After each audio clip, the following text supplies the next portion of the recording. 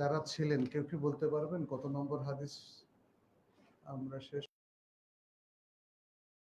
করেছি?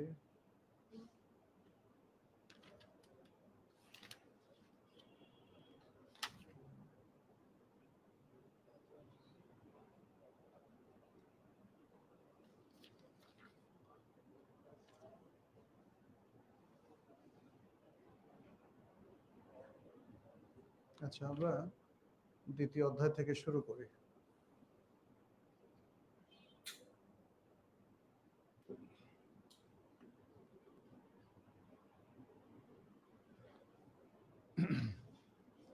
আসসালামু আলাইকুম ওয়া রাহমাতুল্লাহি ওয়া বারাকাতুহু। আলহামদুলিল্লাহি রাব্বিল আলামিন ওয়াস সালাতু ওয়াস সালামু আলা নাবিয়িনা মুহাম্মাদ ওয়া আলা আলিহি ওয়া আসহাবিহি আজমাইন, আম্মা বা'দ।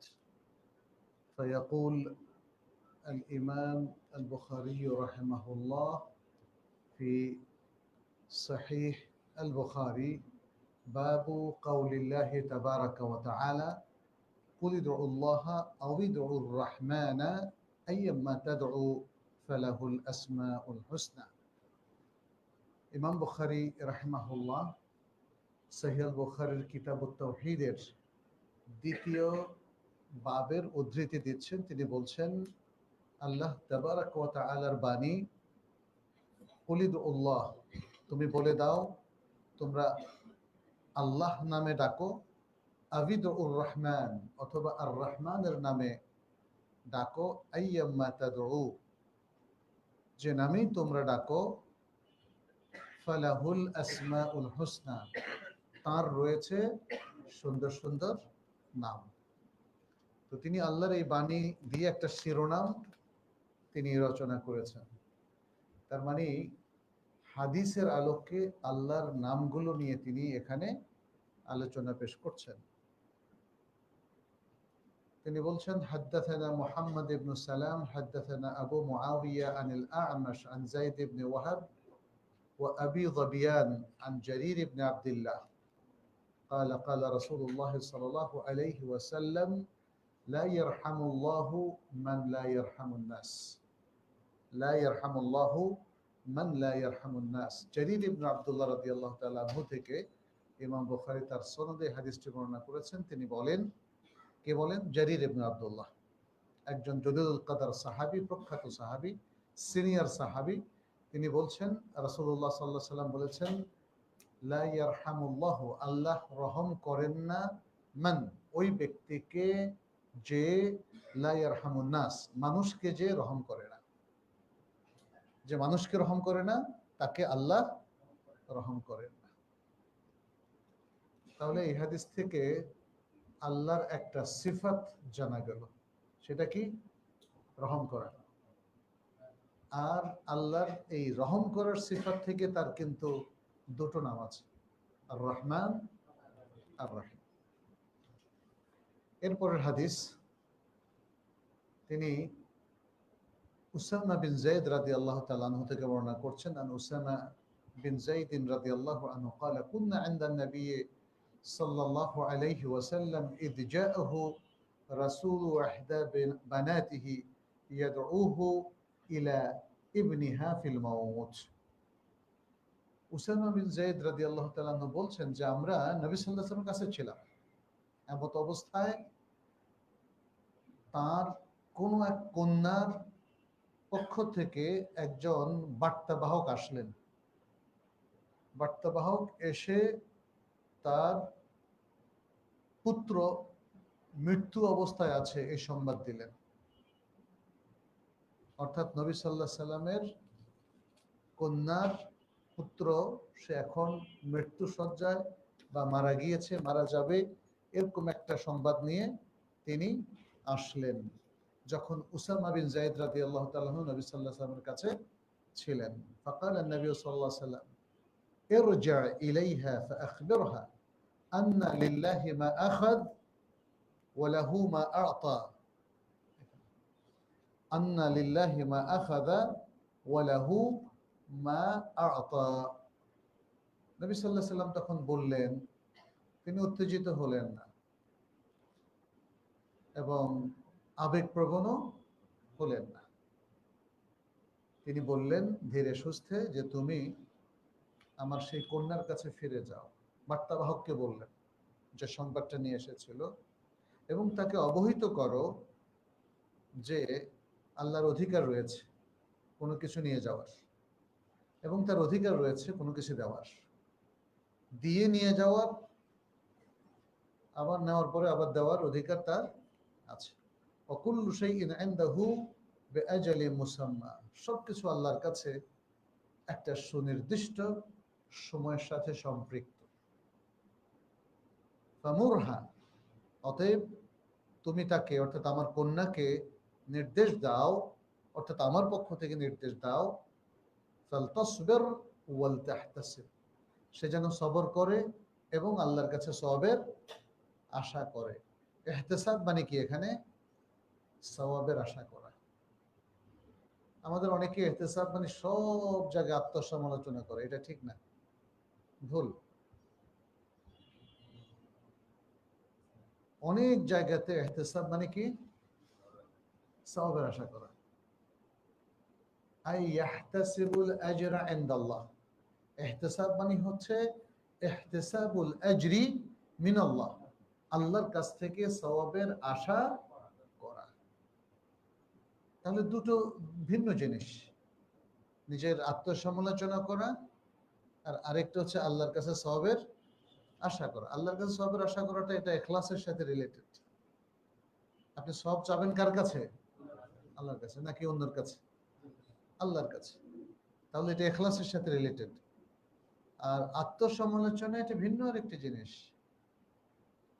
এখানে ইহতিসাবের অর্থ আত্মসমালোচনার সাথে লাগানো যাবে না, বরং আত্মসমালোচনার পক্ষে আয়াতও আছে, আবার হাদিসও আছে। ওয়াল তানজুর নাফসুম মা কদ্দামাত লিগাদ, আগামীকাল মানুষ কি করবে এটা নিয়ে সে ভাববে। আগামীকালের জন্য মানুষ কি করলো এটা নিয়ে সে ভাববে। আগামীকাল মানে কি? আখিরাত। মৃত্যু পরবর্তী জীবনের জন্য সে কি করলো এটা নিয়ে সে ভাববে, অবজার্ভ করবে, এটাকে। এটাই হলো আত্মসমালোচনা। আর ওমর ইবনে খাত্তাব রাদিয়াল্লাহু তাআলা আনহু তিনি বলেছিলেন, হাসিবু ক্বাবলা আন তুহাসাবু, তোমাদের হিসাব আল্লাহ নেওয়ার আগে তোমরা নিজের হিসাব নিজে নাও। এটা হলো আত্মসমর্পণ।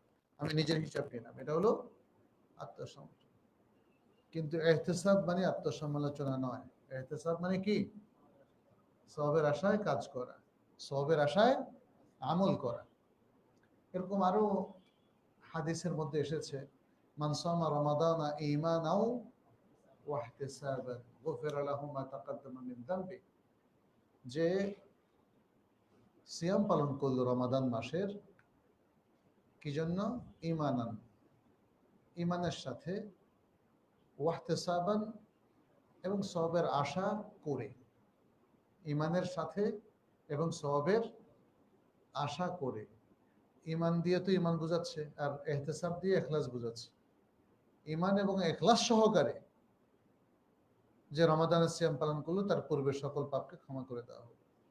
আমরা কোন কোন বইতে দেখেছি এখানেও যে ঈমানের সাথে এবং আত্মসমালোচনা সহকারে সিয়াম রাখলো। যারা তর্জমা করেছেন তারা আরবি বুঝেন না।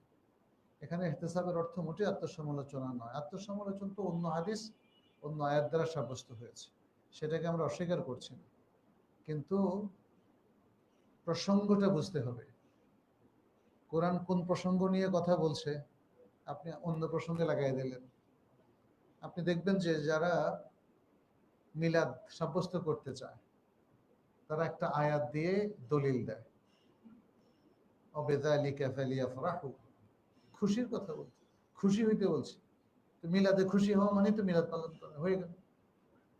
হ্যাঁ, এইভাবে মানে ইসলাম তো এত ফাত্রা না যে আপনি মানে যে কোনো ভাবে ইয়ে করবেন। যে যারাই জ্ঞানী তারা বুঝবে যে এই জায়গায় ত্রুটি হচ্ছে। অতএব কোরআনের দলিল ঠিক মতো ফিট করবেন, হাদিসের দলিল ঠিক মতো ফিট করবেন, তা নাহলে বিপর্যয় তৈরি হয়ে যাবে। কোরআনের নস অথবা হাদিস দ্বারা যেটা বোঝা যাচ্ছে সেটা তো আপনিও বুঝলেন না, মানুষকে তাহলে কেমনে বোঝাবেন? আর আজকে এখানে দেখেন কিতাবুত তাওহীদ পড়ছি আমরা সহিহ আল বুখারীর মধ্যে। কিতাবুত তাওহীদ অত্যন্ত গুরুত্বপূর্ণ। আমাদের অনেকেই জানে যে কিতাবুত তাওহীদ তো লিখেছেন সেই মুহাম্মদ ইবনে আব্দুল ওয়াহ্হাব।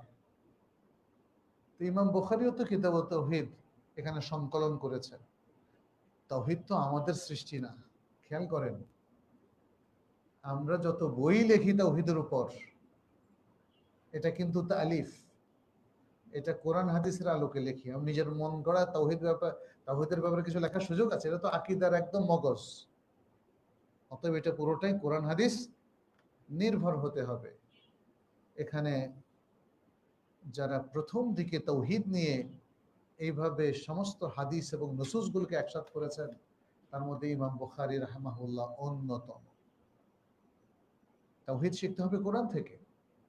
ফা'লাম আন্নাহু লা ইলাহা ইল্লাল্লাহ, এরকম আরো অসংখ্য আয়াত আছে। তাওহীদ শিখতে হবে হাদিস থেকে। তাওহীদ মানুষের বক্তৃতা থেকে যদি কেউ শেখে, সে ভুল করবে। কারণ মানুষ ভুল করে ফ্রিকুয়েন্টলি। সে রুবুবিয়াত বুঝতে ভুল করে, সে উলুহিয়াত বুঝতে ভুল করে, সে আল্লাহর আসমা এবং সিফাতের মধ্যে প্রচুর ভুল করে। মুসলিমদের নানা ফিরকা আছে যারা বাবুল আসমা ও সিফাতের মধ্যে মারাত্মক সব ভুল করেছেন। ভুল যে করেছেন এটাও জানেন না, অথবা স্বীকার করেন না। বলছেন যে আমি যেটা মনে করি ওটাই ঠিক। আমরা আজকের আলোচনায় বলেছিলাম হক কিন্তু আপনি যেটা মনে করেন সেটা না। তাহলে হক কোনটা? কোরআন সুন্নাহর মাধ্যমে হককে আবিষ্কার করতে হবে। আল কোরআন এবং আস সুন্নাহ হককে আইডেন্টিফাই করে, হককে চিহ্নিত করে, হককে উপস্থাপন করে, হককে মানুষের সামনে পেশ করে। এবং কোরআন এবং সুন্নাহ যেটাকে হক হিসেবে স্বীকার করছে ওটাই হক। আমরা যেটাকে মনে করি সেটা হক নয়। অতএব এখানে আমরা ইমাম বুখারী রাহিমাহুল্লাহকে দেখছি, দেখেন উনি নিজের কথা তেমন এখানে অ্যাডই করেন নাই। সবই হয় কোরআনের আয়াত অথবা নবী সাল্লাল্লাহু আলাইহি সাল্লামের সহিহ হাদিস। আচ্ছা, তাহলে এখানে নবী সাল্লাল্লাহু আলাইহি সাল্লাম দেখেন ওই বার্তাবাহককে বললেন তুমি তাকে নির্দেশ দাও সে যেন সবর করে এবং সওয়াবের আশা করে। মুরহা ফালতাসবির ওয়াল তাহতাসিব। فأعادت الرسول صلى الله عليه وسلم أنها قد أقسمت لتأتينها। তিনি আবারও রাসূল সাল্লাল্লাহু আলাইহি ওয়াসাল্লামের কাছে বার্তাবাহককে পাঠালেন, কসম করলেন তার মেয়ে, তাকে আসতেই হবে, তাকে আমার কাছে আসতে, বাবাকে আমার কাছে আসতেই হবে। মেয়েরা তো আসলে অনেক বেশি আবেগপ্রবণ, কষ্ট সহ্য করা তাদের জন্য কঠিন। আমাদের দেশে ছোট্ট সময়ে দেখেছি কেউ মারা গেলে মেয়েরাই বিলাপ করে, খুব কমই দেখেছি পুরুষদেরকে বিলাপ করতে, এবং সরাসরি আল্লাহর সাথে ঝগড়া করে। অনেক মহিলাকে আমি গ্রামে দেখেছি আমার নানার বাড়িতে, আল্লাহকে বলতেছে আল্লাহ তুই আর কাউকে দেখলি না, ইন্না লিল্লাহি ওয়া ইন্না ইলাইহি রাজিউন। আরো ভয়ঙ্কর সব কথাবার্তা। হয়তো তারা এডুকেটেড না, বুঝতে পারে না, কিন্তু সবচেয়ে বড় কথা হচ্ছে পুরুষদেরকে এরকম দেখি না যতটা মেয়েদেরকে দেখেছি। চিৎকার করে করে বুক থাপড়ায়, মানে সে বেচাইন হয়ে যায়। নবী সাল্লাল্লাহু আলাইহি ওয়াসাল্লামের ফ্যামিলি তো ইলমি ফ্যামিলি ছিল, নবুয়তের ফ্যামিলি। এখানে সেরকম কিছু না, কিন্তু তারপরেও আবেগের একটু প্রতিফলন এখানে আমরা দেখছি।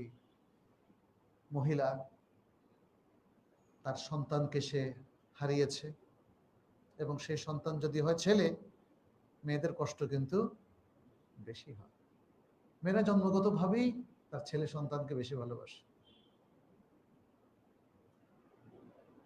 আপনারা যারা বড় ছেলে মায়ের, তারা এটা টের পাওয়ার কথা।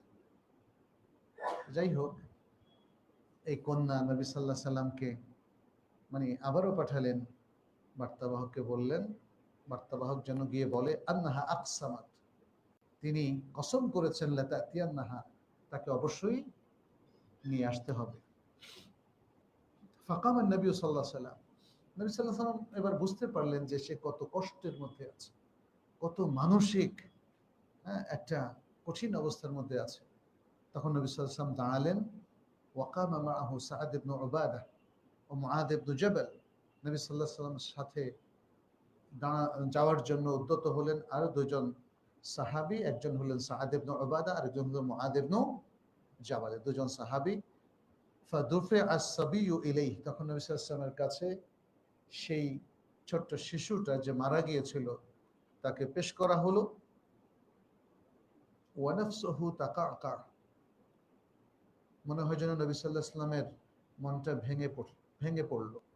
ওয়া নাফসুহু আই নাফসুন নবী সাল্লাল্লাহু আলাইহি ওয়াসাল্লাম, তার মন, এখানে নাফসুহু মানে কলবুহু, তাকাকা কড়কড় করতে লাগলো, কড়কড় করে তো ভাঙে। আমরা বলি না মনটা ভেঙে গেল, মন ভাঙা আর একটা কাঠ ভাঙা কি সমান? কিন্তু অনেক সময় ভাষার মধ্য দিয়ে একটা সামঞ্জস্য পাই আমরা। তাকার মানে কড়কড় করে উঠলো, মানে কি ভেঙে গেল। নবী সাল্লাল্লাহু আলাইহি ওয়াসাল্লামের মনটাও তখন ভেঙে গেল। কাআন্নাহা ফি শান্নিন ফাফাদাত আইনাহু। হ্যাঁ, ও আচ্ছা আচ্ছা, এখানে এখানে নবী সাল্লাল্লাহু আলাইহি ওয়াসাল্লামের কথা বলা হয়নি, নবী সাল্লাল্লাহু আলাইহি ওয়াসাল্লামের কথা একটু পরে বলা হচ্ছে। ওয়া নাফসুহু তাকাউ কাআন্নাহা ফি শান্নিন, এটা শিশুর কথা বলা হচ্ছে। বলছে না শিশুটা মৃত্যু সজ্জা ছিল, ফিল মাউত, হ্যাঁ, সে মৃত্যুর মুখোমুখি ছিল।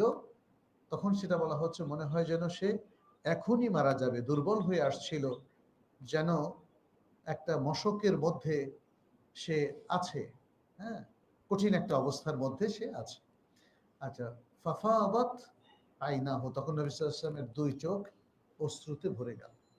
ফাফাদাত আইনাহু, নবী সাল্লাল্লাহু আলাইহি ওয়াসাল্লামের দুই চোখ অশ্রুতে ভরে গেল। ফাকাল লাহু সাআদ, তখন সাআদ ইবনে উবাদা তার সাথে ছিলেন, তিনি নবী সাল্লাল্লাহু আলাইহি ওয়াসাল্লামকে বললেন, ইয়া রাসূলুল্লাহ মা হাদা, এটা কি, আপনার চোখের কোন কেন, কাঁদছেন কেন আপনি?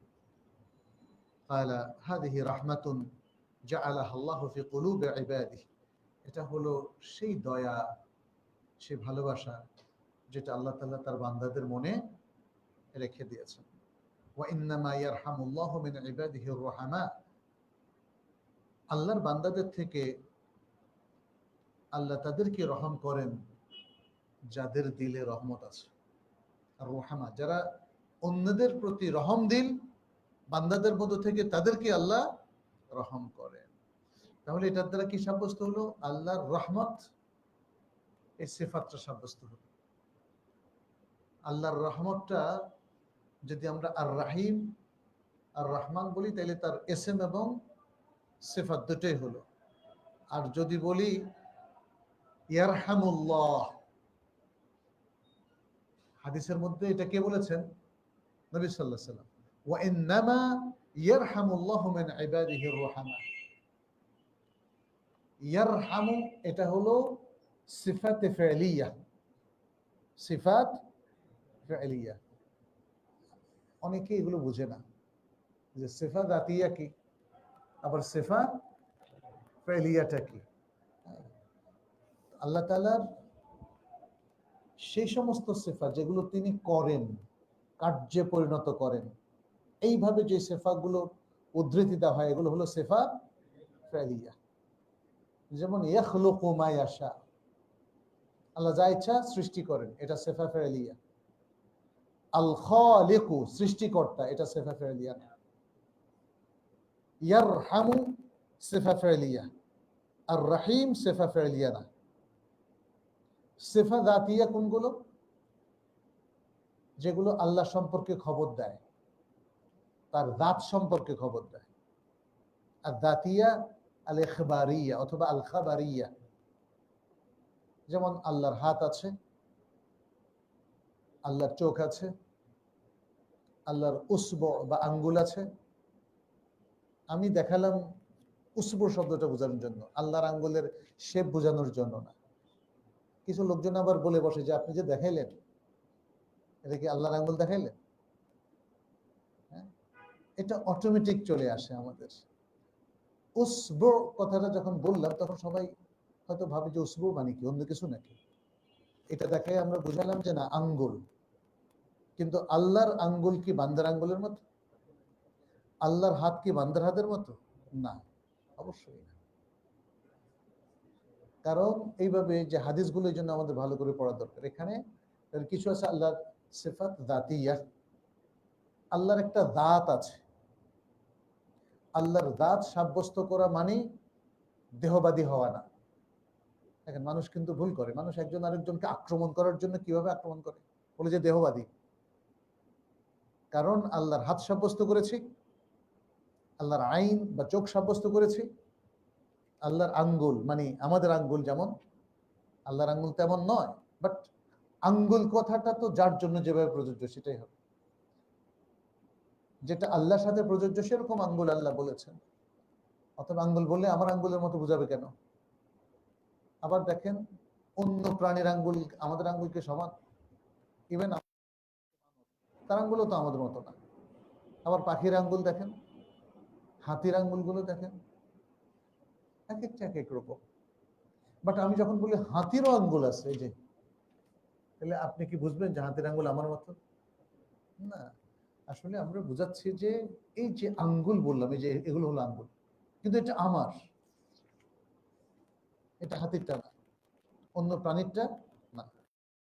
অন্য প্রাণীরটা যেগুলো আমরা দেখছি সেগুলো দেখে বুঝতে পারছি ভিন্ন ভিন্ন, আর যেগুলো দেখতে পাচ্ছি না সেগুলো ধারণা করা কঠিন, না দেখার আগ পর্যন্ত, অথবা কেউ ডেসক্রাইব না করা পর্যন্ত। আল্লাহ সম্পর্কেও আল্লাহ যতটুকু জানিয়েছেন তার বেশি জানা যায় না। যাই হোক, তাহলে এখানে আমরা আল্লাহর সেফা ফেলিয়া পেলাম, আবার সেফা দাতিয়াও পেলাম। এখানে মানে এই যে ইয়ারহামুল্লাহ, এই হাদিসের মধ্যে এটা সেফা ফেলিয়া হিসাবে উপস্থাপন করা হয়েছে। আবার যখন সূরা ফাতিহার মধ্যে আমরা পড়ছি বিসমিল্লাহির রহমানির রহিম, আলহামদুলিল্লাহি রাব্বিল আলামিন আর রহমান আর রহমানির রহিম, এটা কিন্তু এখানে সিফা ফেলিয়া নয়। আচ্ছা, যেমন আল্লাহ আরশের উপর আছেন, এটাও দুইভাবে আল্লাহ তাআলা বর্ণনা করেছেন। একভাবে যেমন সিফা ফেলিয়া, ইস্তাওয়া আলাল আরশ, ইস্তাওয়া আলাল আরশ। আর অন্য জায়গায় তিনি আল্লাহ যে উপরে আছেন সেটা বোঝাচ্ছেন, হুয়াল আলিয়ুল আযীম, আল আলী যিনি উপরে থাকেন, আল আলী যিনি উপরে থাকেন। আল্লাহ উপরে থাকেন, আল্লাহ সমস্ত সৃষ্টির উপরে, আল্লাহ সকল সৃষ্টি তার নিচে। কিন্তু আল্লাহর সৃষ্টি এত বেশি,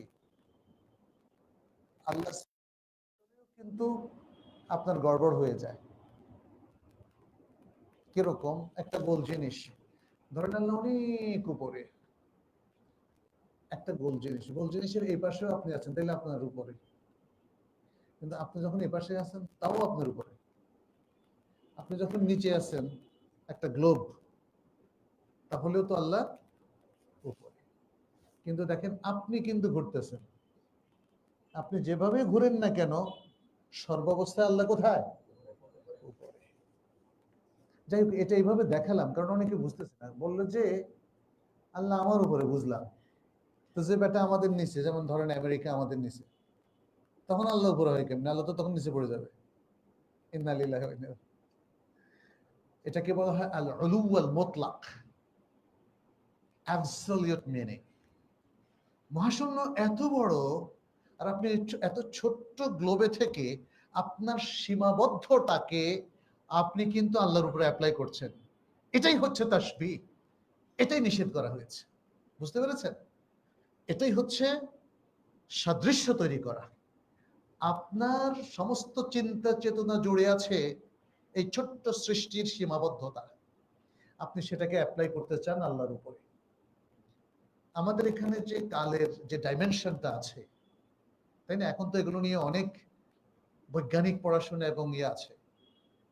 তা আল্লাহ তো এই সমস্ত ডাইমেনশনের বাইরে। কালকে না পরশু আমি একটা পড়া পড়লাম, সেখানে বলছে বিজ্ঞানীরা এখন দেখছেন মানে এই যে ডাইমেনশন, এর বাইরে গেলে আপনার অতীত বর্তমান ভবিষ্যৎ এক জায়গায় অবস্থান করছে। অতীত, বর্তমান, ভবিষ্যৎ এক জায়গায় অবস্থান করছে। তো আমরা এখন যে জায়গায় আছি আমরা তো এটা বুঝবো না। আপনি ইউটিউবে দেখার আগে মধ্যাকর্ষণ শক্তির বাইরে গেলে মানুষ কেমনে চলে এটা কখনো কল্পনাও করতে পারছেন? এখন পারতেছেন না। মহাকাশ জানে, দেখেন লোকগুলো কিভাবে ভাসে, কারণ সেখানে মধ্যাকর্ষণ শক্তি নাই। মানুষ যে এভাবে ভাসতে পারে শূন্যের মধ্যে, এটা তো অকল্পনীয় আমাদের কাছে, আমরা যারা এই পৃথিবীতে বসবাস করি। কিন্তু বাস্তবতা হচ্ছে হ্যাঁ ভাসতে পারে, বিকজ সেখানে কোনো মধ্যাকর্ষণ শক্তি নাই। তাহলে আপনি আজকে অতীত, বর্তমান, ভবিষ্যতের যে ব্যাখ্যাটা দেখছেন আপনার কাছে সেটা বাস্তব, কোনো সন্দেহ নাই। বাট আপনার এই বাস্তবতার বাইরে কি যে বৃহৎ জগৎ আছে, যে বিশাল মহাশূন্য আছে, সেটার ডাইমেনশনটাকে আপনি পৃথিবীর সাথে একাকার করে ফেলছেন কেন? আপনি সৃষ্টির সাথে স্রষ্টাকে একাকার করছেন কেন? তাই না? এই বিষয়গুলো আমাদেরকে ভাবতে হবে, যেহেতু আল্লাহ সুবহানাহু ওয়া তাআলা বলে দিয়েছেন লাইসা কামিথলিহি শাইউন ওয়া হুয়াস সামিউল বাসীর। বাস, এটাই মূলনীতি। কোনো কিছু আল্লাহর মতো না। আমি এইভাবে দেখাই, যেভাবে দেখাই, আমি দেখি শব্দ। আমরা যেটা হাত দিয়ে ইশারা করি সেটা কি শব্দ, উসবুন। যাতে আপনার বুঝতে অসুবিধা না হয় যে উসবুন বা ইসবাউন মানে হলো আঙ্গুল, হাত, ইয়াদ। আমি এভাবে দেখাই কারণ শব্দটা ইয়াদ, অন্য কিছু না। ইয়াদ অর্থ অনেকে করে কি কুওয়াত, তাবিল করে ফেলে, কিন্তু এখানে তাবিল করা যাবে না, কারণ তাবিল করার কোনো দলিল নাই। এরপর হাদিসে যাই আমরা।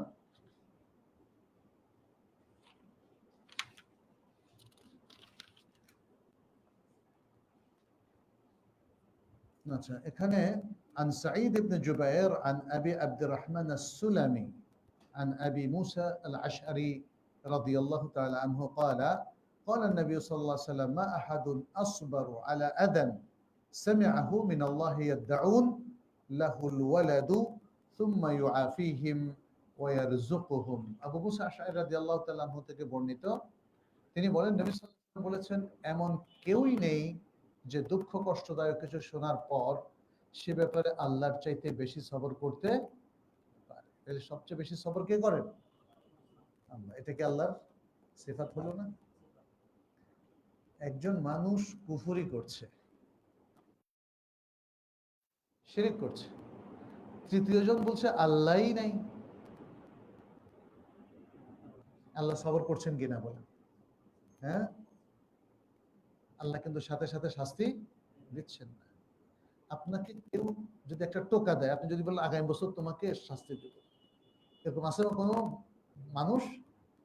একটা ঘুষি দিলে যে ঠিক আছে আগামী বছর, এখন কি মাস? নভেম্বর মাসের আজকে 14 তারিখ, তাহলে আগামী বছর 13 তারিখে, এক বছর পরে হলে তোমার এই ঘুষিটা দেবো, এটা কেউ বলে না। এক বছর পর্যন্ত কেউ অপেক্ষা করে? ওইটা বাদ দেন, এক মাস, বা কেউ কি এটাও বলে যে এক সপ্তাহ পরে আমি প্রতিশোধটা নিব? মানুষ প্রতিশোধ নাই কখন? সাথে সাথে, সাথে সাথে সবর নাই। অধিকাংশ মানুষের মধ্যে সবর নাই। তবে কিছু লোক আছে সবর তাদের আছে, তারা চিন্তা করে আমি যদি এখন প্রতিশোধ নেই তাহলে তার কনসিকুয়েন্স, ওইটা চিন্তা করে সে সবর করে। কিন্তু আল্লাহর জন্য তো এগুলো জরুরি না, কিন্তু আল্লাহ সবর করেন, কারণ সবর করাকে তিনি ভালোবাসেন। ইন্নাল্লাহা মাআস সাবিরিন ইন্নাল্লাহা ইউহিব্বুস সাবিরিন। তাহলে এই হাদিস থেকে আমরা বুঝলাম যে সবর আল্লাহর সিফাত, এবং এই সবর থেকে আরেকটা সিফাতও তৈরি হয়েছে, সবুর। আমরা বলি আব্দুস সবুর, বলি কি না? নাম রাখি কারণ এটা আল্লাহর সিফাতি নাম। আল্লাহর সিফাতি নামের সাথে আব্দ শব্দ প্রয়োগ করে বান্দার নাম রাখা যায়। যেমন আব্দুল্লাহ, আব্দুর রহমান, আব্দুর রাহিম, আব্দুল আলিম, আব্দুল হালিম, আব্দুস সবুর। এভাবে যে নামগুলো আল্লাহর সাব্যস্ত হয়েছে, সেই নামগুলোর সাথে আব্দ শব্দ প্রয়োগ করে ছেলেদের নাম, আর আমাতুন শব্দ প্রয়োগ করে মেয়েদের নাম রাখা যায়। আমাতুল্লাহ, আমাতুর রহমান, আমাতুর রাহিম, আমাতুল আলিম, আমাতুল হালিম এভাবে রাখা যেতে পারে।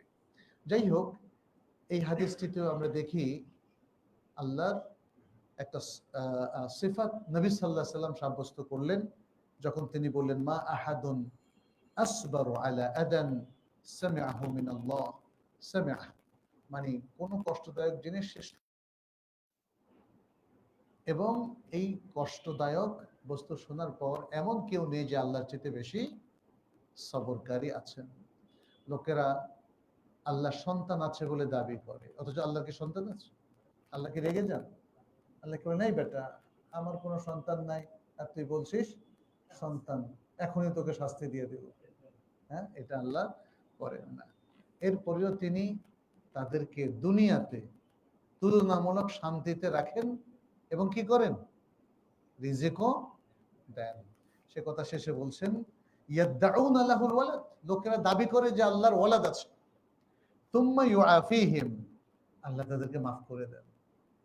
মাফ করে দেন মানে আপাতত আফিয়াতের মধ্যে রাখেন, আফিয়াতের মধ্যে রাখেন, ওয়ারযুকহুম, এবং তাদেরকে রিজিকও দেন। এই যে সারা দুনিয়ার কাফের কত আল্লাহদ্রোহী আছে, আল্লাহ কিন্তু বলেন না যে এর একটা রোগ দিয়ে মেরে ফেলবো, অথবা শোক দিয়ে মেরে ফেলবো, অথবা শখ দিয়ে মেরে ফেলবো, অথবা খাবার বন্ধ করে দেবো, রিজিক বন্ধ করে দেবো। আচ্ছা, এরপরে তৃতীয় বাবে তিনি বলছেন বাবু কাউলিল্লাহি তাআলা, না এটা দ্বিতীয় বাবটা ছিল, এটা সরি, এর আগে একটা বাব, বাবু কাউলিল্লাহি তাআলা ইন্নাল্লাহা হুয়া রাজ্জাকুল যুল কুওয়াতিল মাতিন। চতুর্থ বাব, বাবু কাউলিল্লাহি তাআলা আলিমুল গায়বি ফালা ইউযহিরু আলা গায়বিহি আহাদা। এখানেও একটা আয়াতকে বাবের শিরোনাম বানিয়েছেন, পরিচ্ছেদের শিরোনাম। কি পরিচ্ছেদ? আল্লাহ সুবহানাহু ওয়া তাআলার বাণী, তিনি বলেছেন কি, আলিমুল গায়ব, আল্লাহ অদৃশ্য জগতের জ্ঞানী। ফালা ইউযহিরু আলা গায়বিহি আহাদা, তিনি তার অদৃশ্যের জ্ঞান কারো কাছে প্রকাশ করেন না। তিনি তার অদৃশ্য জ্ঞান কারো কাছে প্রকাশ করেন না। আচ্ছা, এরপরে তিনি আরো কয়েকটা আয়াত এখানে নিয়ে এসেছেন। আলিমুল গায়ব এটা কিন্তু আল্লাহর সিফাত, এটা আল্লাহর সিফাত। ইন্নাল্লাহা ইনদাহু ইলমুস সাআহ, এটা যে আল্লাহর সিফাত। আরেকটা আয়াত নিয়ে এসেছেন, আল্লাহর কাছে আছে কিয়ামতের জ্ঞান। আনজালাহু বিইলমিহি, আল্লাহ সুবহানাহু ওয়া তাআলা কোরআনকে নাযিল করেছেন তার ইলম সহকারে, তার জ্ঞান সহকারে। তাহলে আল্লাহর জন্য ইলমকে তিনি নানাভাবে সাব্যস্ত করেছেন। ইলম কিন্তু একটা সিফাত, আপনার জ্ঞানী হওয়া অথবা অজ্ঞ হওয়া, এটা একটা সিফাত। ওয়ামা তাহমিলু মিন উনসা ওয়ালা তাদাউ ইল্লা বিইলমিহি, বলছেন নারী যা কিছু তার গর্ভে ধারণ করে এবং গর্ভ থেকে খালাস করে, আল্লাহর ইলমেই সে তা করে, আল্লাহর জ্ঞান অনুযায়ী সে তা করে। কখন সে কনসিভ করবে, কখন সে তাকে প্রসব করবে, এটা কে জানেন? আল্লাহ জানেন। ইলাইহি ইউরাদ্দু ইলমুস সাআহ, তার কাছেই ফিরে আসে কিয়ামতের জ্ঞান। কিয়ামত কবে হবে কে জানেন? আর কেউ জানে? قال يحيى الظاهر على كل شيء علما والباطن على كل شيء علما। জাহির, এখানে আল্লাহ যে বলছেন ফালা ইউযহিরু আলা গায়বি, জাহিরটা কি? জাহির হচ্ছে সবকিছুর উপরে, জাহির যেটা সবকিছুর উপর প্রকাশমান। জাহির মানে যেটা প্রকাশমান, দেখা যায়, জাহির। আমরা বললাম জাহির আর বাতিন, বাতিনটা হলো গোপন, আর জাহিরটা হলো প্রকাশ্য বা প্রকাশমান, সবকিছুর উপর যেটা প্রকাশমান। ওয়াল বাতিনু আলা কুল্লি শাইইন ইলমা, তাইলে এখানে যে আলিমুল গায়বে বলেছে, এটার একটা ব্যাখ্যা আবু আব্দুল্লাহ তিনি ইয়াহিয়া নামক আরেকজন প্রখ্যাত আলেম থেকে বর্ণনা করে বলেন, তাইলে আলিমুল গায়ব আয় আয-যাহিরু আলা কুল্লি শাইইন ইলমান, ইলমের দিক থেকে আল্লাহর কাছে সব জিনিসই প্রকাশ্য, প্রকাশমান। ওয়াল বাতিনু আলা কুল্লি শাইইন ইলমান, এবং এমনকি যত গোপন জিনিস আছে সেটাও তিনি জানেন। তাহলে প্রকাশ্য অপ্রকাশ্য সবকিছুর তিনি আলেম, সবকিছুর তিনি আলেম।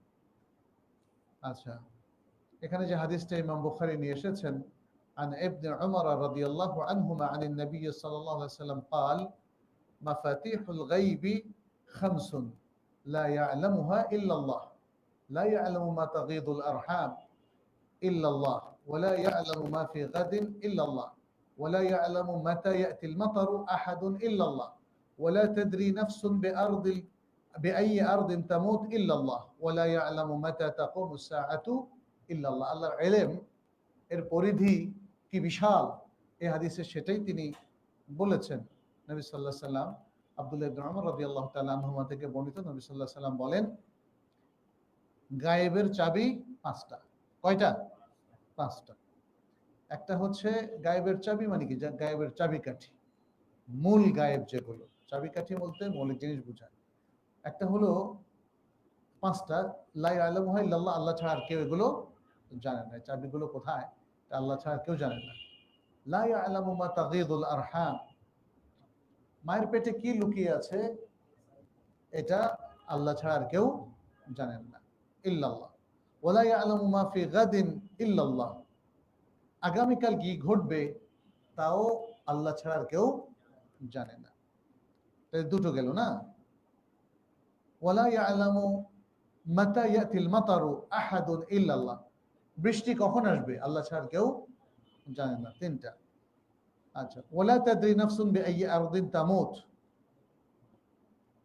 কোন ব্যক্তি বা প্রাণ কোন জমিনে মারা যাবে এটা আল্লাহ ছাড়া কেউ জানে না।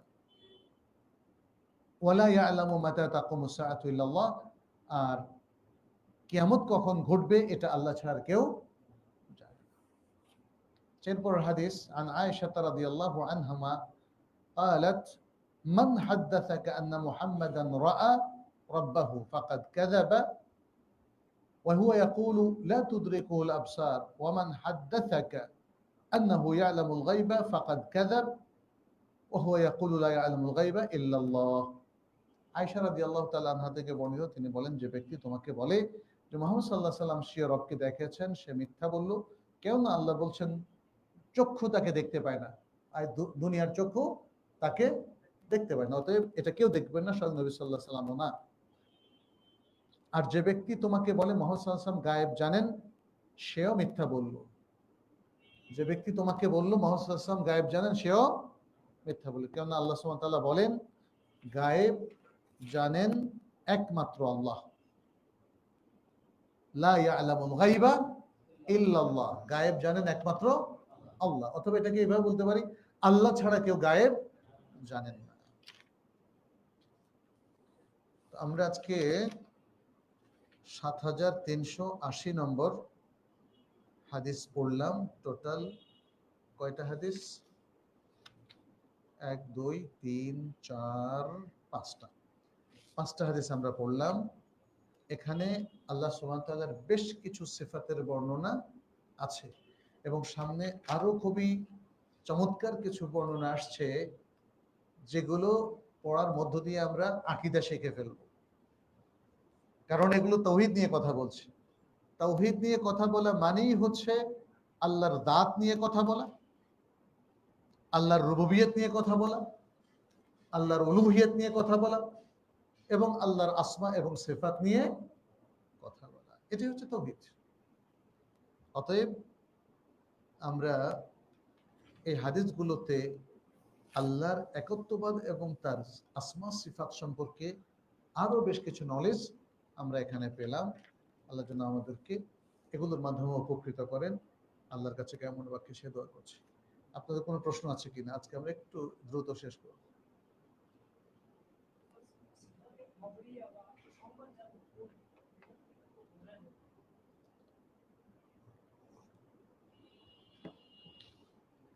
সিফাতে খবরিয়া হচ্ছে আল্লাহ সম্পর্কিত যে বিষয়গুলো দেওয়া হচ্ছে। এখানে আল্লাহ কি করছেন, তার উলুহিয়ত রুবুবিয়ত এর সাথে সংশ্লিষ্ট কর্মসূচি এখানে নাই। এখানে আছে আল্লাহর স্রেফ কিছু দাতের বর্ণনা।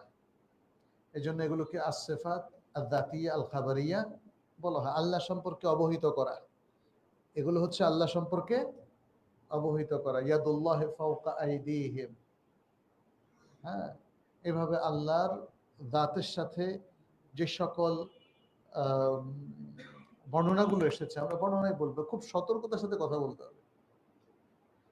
যদি আমি বলি আল্লাহর যে সকল দৈহিক অবয়ব বর্ণনা হয়েছে, তাহলে এটা আদব হবে না। এটা আদব হবে না। শুধু আদব হবে না এমন নয়, এটা ভয়ঙ্কর ভুল। আল্লাহ কি বলেছেন তার জন্য একটা দেহ আছে, কিন্তু আপনি দুনিয়ার ক্যালকুলেশনে যাবেন না। দুনিয়ার যে ডাইমেনশন গুলো আছে এবং যে সীমাবদ্ধতাগুলো আছে, সেগুলোকে আপনি আল্লাহর উপরে অ্যাপ্লাই করবেন না।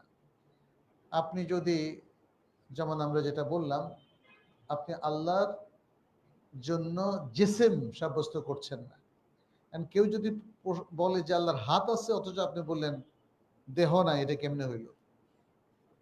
হ্যাঁ, একদল মানুষ বলে যে আল্লাহ নিরাকার, আরেক দল বলে যে আল্লাহ আকার বিশিষ্ট। তো আকার হইলে কোন আকার? আপনি যে আকার বলছেন, তাহলে একটা না একটা আকার। যদি বলেন যে না, এটা আল্লাহর জন্য যেভাবে প্রযোজ্য, তাহলে আকার কথাটা যে আল্লাহর সিফাত, এটা পেলেন কোথায়? তাই না? আমরা আল্লাহর অনেক সিফাত পেয়েছি, কিন্তু শেকলুন, আশকালুন, এই সিফাত কি পেয়েছি? জিসমুন, আজসামুন, এই সিফাত কি পেয়েছি? আমাদের অনেক অঙ্গ প্রত্যঙ্গ আছে যেটা আল্লাহর ব্যাপারেও আল্লাহ সংবাদ দিয়েছেন আছে, যেমন আমাদের হাত, আঙ্গুল, পা, তাই না? এই যে নানাহ সিফাত আল্লাহ তার দাঁতের ব্যাপারে বলছেন, এটা হলো সিফা খাবারিয়া। এটা হলো সিফা খাবারিয়া। কিন্তু এগুলো আমাদের গুলোর সাথে এলোমেলো করে যদি বুঝতে যান, তাহলে সমস্যা। আপনাকে গভীরভাবে অ্যাট্রিবিউট গুলো আসলে কি, এবং আল্লাহর এই অ্যাট্রিবিউট গুলো কিভাবে সাব্যস্ত হয়েছে, সব কিছুকে যদি আপনি আপনার লোকাল কায়দায় বিচার করেন, তাহলে মুশকিল। আপনি তো অন্য দেশের উন্নতি অবনতিও বাংলাদেশের লোকাল পার্সপেক্টিভ থেকে বিচার করলে হবে না। আমি এখানে দেখেছি ছোট সময় নদী, সে মেঘনা নদী, পদ্মা নদী, কি বিশাল। কিন্তু আপনি অন্য দেশে গিয়ে দেখেন, আমাদের দেশের খালকে ওরা নদী বলে চালায় দেয়। চালায় দেয় মানে এটাকে নদী বলে আসলে। আরব দেশেও তো ছোট্ট ড্রেন গুলোরা নদী বলে, নাহার নাহার, তাজরি মিন তাহতিহাল আনহার। আমরা যখন জান্নাতের বর্ণনা শুনি, তখন আমার মনে হচ্ছিল, আমি ছোট সময়ের কথা বলতেছি, জান্নাতের নিচে একটা মেঘনা নদী থাকবে, একটা পদ্মা নদী, এত বিশাল। আবার যখন মক্কায় ছোট্ট পানির প্রবাহ, তখন হয়তো সেখানকার মানুষ ভাবে, জান্নাতের নিচে এরকম ছোট্ট একটা পানি থাকবে, হ্যাঁ, ছোট্ট। হ্যাঁ, তাহলে নদী দেখেন এক একজন এক এক রকম বোঝে এবং কল্পনা করছে, যার যে অভিজ্ঞতা সে অনুযায়ী। আমরা বারবার বলছি, আল্লাহর সিফাত গুলোকে নিজেদের অভিজ্ঞতা দিয়ে বিচার করা যাবে না। শুধু এতটুকু বুঝতে হবে যে সালাফে সালেহীন কিভাবে এগুলোকে বুঝেছেন, রাসূল সাল্লাল্লাহু আলাইহি ওয়াসাল্লাম কতটুকু পর্যন্ত ডেসক্রাইব করেছেন, বর্ণনা করেছেন, আল্লাহ তার নিজেকে কিভাবে তার বান্দাদের সামনে তুলে ধরেছেন। সেখানে আমাদেরকে প্রাণান্তকর চেষ্টা করতে হবে আল্লাহ এক্স্যাক্টলি যেভাবে তাকে উপস্থাপন করেছেন সেভাবে তাকে বুঝতে হবে। নিজের মন মতো করে আবেগপ্রবণ হয়ে নিজের সসীম এবং সীমাবদ্ধ জ্ঞানের আলোকে আল্লাহকে বিচার করা যাবে না। যেমন অনেকে তর্জমা করেছেন ইস্তাওয়াল আরশ, আল্লাহ আরশে সমাসীন হয়েছে। সেদিন এক মাদ্রাসায় গেলাম, ওদেরকে বললাম যে আচ্ছা বলো তো, আল্লাহ আরশের উপর আছেন, ঠিক আছে না? ওদেরকে জিজ্ঞেস করছিলাম আল্লাহ কোথায় আছে, বললো আল্লাহ আরশের উপর আছেন। তা আমি বললাম, আল্লাহ আরশের উপর দাঁড়িয়ে আছে না বসে আছে, শুয়ে আছে? বলছে উনি বসেই থাকবেন, বসে আছেন। আল্লাহ আরশের উপর বসে আছেন। আমি বললাম যে কেমনে বুঝলাম? আল্লাহ কি বলছে বসে আছেন? বলছে আমাদের মনে হচ্ছে। ইস্তেওয়া মানে তো বসা না, ইস্তেওয়া মানে বসা না, আরশের উপর থাকা। ইস্তেওয়া হচ্ছে আরশের উপর উঠা এবং আরশের উপরে থাকা। সাআদা ওয়ারতাফা ওয়া আলা। তারপরে মানে এই যে আপনি শেপিংটা দিচ্ছেন, এটা নিজের থেকে দিচ্ছেন। এই শেপিংটা আপনি দলিলের বাইরে যাবেন না। এটাই আমরা আমাদের মুসলিম উম্মার সব লোকদের বোঝানোর চেষ্টা করছি। অনেকে তাদের বুঝটা আগে থেকেই শেপড হয়ে আছে, ফলে মানে একটা সমস্যার মধ্যে তারা পড়ে গেছে, ওটা থেকে আর বের হতে পারছে না, বুঝেই আসতেছে না যেটা হাকিকা অর্থে সঠিকভাবে প্রয়োগ হতে পারে। কিন্তু হাকিকি জিনিসটাকে সাব্যস্ত করার কারণে এটাকে আমরা মানুষের সাথে গুলিয়ে ফেলবো, মিলিয়ে ফেলবো, এর কোনো কারণ নাই। আল্লাহর জন্য অবস্থান শব্দটি কি ব্যবহার করা সঠিক, এগুলো নিয়ে অনেক মানে কি বলে তর্কশাস্ত্রে বা এলমুল কালামে বিতর্ক আছে। আল্লাহ আরশের উপর আছেন, এই যে থাকাটা, এক্সিস্টেন্সটা, এটাকে কি আমি অবস্থান বলবো নাকি বলবো না, এগুলো নিয়ে প্রচুর ইখতিলাফ। কিন্তু আল্লাহ আছেন, তারপরে এই যে থাকার সময় তিনি কি জায়গাগুলোকে তার সৃষ্টির মতোই দখল করে বসেন, নাকি দখল করা ছাড়া বসেন? তিনি এই যে সময় জামানার এই ডাইমেনশনের বাইরে, যেটা তিনি বান্দার জন্য সাব্যস্ত করলেন, জামানা, চন্দ্র সূর্যের আবর্তনে দিন রাত হয়, তাই না? সময় গড়িয়ে যায়, আমরা বুড়িয়ে যাই, নাকি তিনি এর বাইরে, তাই না? মুদ্রা কথা হলো, আসলে আল্লাহর জন্য, আমি আপনাদেরকে সহজ বলি, আমি অবস্থান অস্বীকার করব না, স্বীকার মানে এটাকে সাব্যস্ত করব না, এই ধরনের কনফিউজিং ওয়ার্ড গুলো, এগুলো আমাদের আলোচ্য বিষয় না। আহলে সুন্নাহ ওয়াল জামাআহ যেটা করে, আমরাও যেটা করি, সেটি হচ্ছে আল্লাহ তার নিজের জন্য এবং রাসূল সাল্লাল্লাহু আলাইহি ওয়াসাল্লাম আল্লাহর জন্য যা কিছু সাব্যস্ত করেছেন, নির্দ্বিধায় আমরা সেগুলোকে প্রকৃত অর্থে সাব্যস্ত করব। কোনো তাবিল করব না, তাশবিহ করব না, তাতিল করব না, তামথিল দেব না। বোঝা গেছে? অতএব এই আল্লাহর জন্য এটা সাব্যস্ত হয় কিনা, আল্লাহর গায়ে কি পশম আছে কিনা, ইন্না লিল্লাহি, এগুলো সব সুআলু বিদআহ, বিদআতি সুয়াল কেউ করবেন না। এত পাণ্ডিত্য অর্জনের কোনো প্রয়োজন নেই। পাণ্ডিত্য যদি অর্জন করতে চান, তাহলে সালাফের যে এলেম আছে সেই এলেমটাকে অর্জন করুন, তাহলেই আপনার পাণ্ডিত্যে আর কোনো ত্রুটি থাকবে না। জ্ঞান সেটাই, এক্স্যাক্টলি আল্লাহ এবং তার রাসূল সাল্লাল্লাহু আলাইহি ওয়াসাল্লাম যেটা বলেছেন, এর বাইরে আর কোনো জ্ঞান নাই।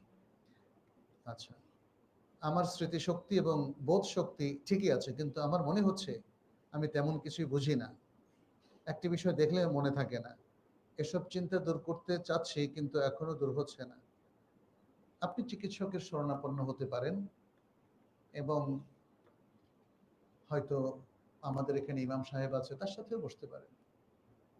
ইমাম শাফিঈ, তার কিছু মনে থাকে না, এটা যখন ওয়াকিলকে বলেছিলেন, ওয়াকিল বলেছিলেন তুমি পাপ অথবা পাপ ধরনের সকল কার্যক্রম বন্ধ রাখো। তাহলে আমাদেরকে সতর্ক হতে হবে। নিশ্চয়ই আমাদের দৈনিক কাজকর্মে এমন কিছু আছে যেটা আমাদের মনোযোগ নষ্ট করে, আমাদেরকে খারাপ কাজে আসক্ত করে। আমাদের ওই সমস্ত জায়গা থেকে উঠে আসতে পারলে আমরা ইনশাল্লাহ আল্লাহর রহমত বরকত বেশি পাবো, তাই না? এগুলো কিন্তু খুবই লজিক্যাল, এবং আপনার কনসেন্ট্রেশন 10 দিকে চলে গেলে আপনার জিনিস মনে থাকবে কম। আপনার যদি কনসার্ন কমে যায়, একটাই থাকে, পড়ালেখা আর ঘুম আর খাওয়া আর একটু খেলাধুলা, তাহলে আপনার স্মৃতিশক্তি অন্তত 100 গুণ অটোমেটিক বেড়ে যাবে, এটা স্বাভাবিক। অতএব এগুলো আমাদের খেয়াল রাখতে হবে। আর তারপরেও অনেকের এখন নানা ধরনের রোগ দেখা দিচ্ছে, ভেজাল খাই, ভেজাল শহরে, আবহাওয়া নষ্ট, সবকিছু নষ্ট, এর মধ্যে দিয়ে বেঁচে আছি, এটাই তো মানে বুঝতে কষ্ট যে কেমনে বেঁচে আছি, নাকি? আলহামদুলিল্লাহ, এটা আল্লাহ তাআলা আমাদেরকে এই তৌফিক দিয়েছেন। আমি আজকে শেষ করছি, কারণ আমার একটা মিটিং আছে অনলাইন, অলরেডি শুরু হয়ে গেছে। আজকে আর কোনো প্রশ্ন নিচ্ছি না, আজকে এখানে শেষ করি। হাদা সাল্লাল্লাহু সাল্লাম আলা নবিয়িনা মুহাম্মদ ওয়া আলা আলিহি ওয়া আসহাবিহি আজমাইন। আসসালামু আলাইকুম ওয়া রাহমাতুল্লাহি ওয়া বারাকাতুহু।